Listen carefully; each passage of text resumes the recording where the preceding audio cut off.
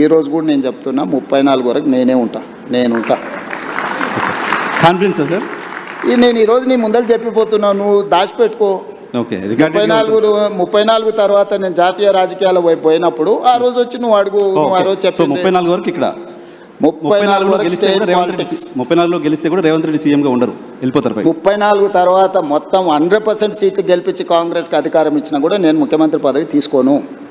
నేను తర్వాతి తరానికి బదిలీ. చాలా పెద్ద స్టేట్మెంట్ ఇస్తున్నారు సార్. పెద్ద స్టేట్మెంట్ నీకు చెప్తున్నా, అందుకే నీకు చెప్పాలని నీకు చెప్తున్నా.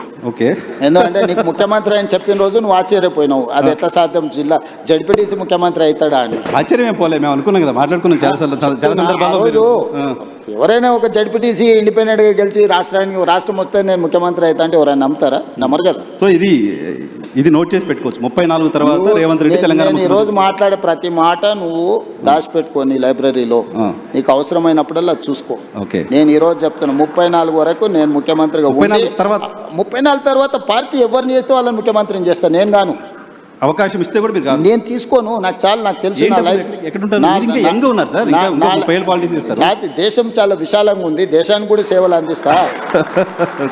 జాతీయ స్థాయిలో నేను నా అనుభవాన్ని దేశం కోసం పంచుతా. నాకు దేశం పట్ల భక్తి ఉంది.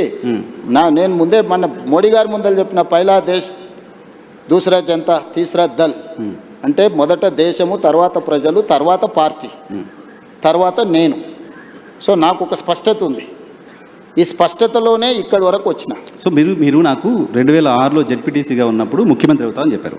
ఇప్పుడు ముఖ్యమంత్రిగా ఉన్నారు, జాతీయ రాజకీయాల్లోకి వెళ్తా అని చెప్తున్నారు. జాతీయ రాజకీయాల్లో ఏ చైర్ కోరుతున్నారు, ఏ చైర్ కోసం అనుకుంటున్నారు? రాహుల్ గాంధీని ప్రధానమంత్రిగా కూర్చోబెట్టి ఆ తర్వాత ఏ చైర్ ఇస్తే ఆ చైర్లో కూర్చుంటారు.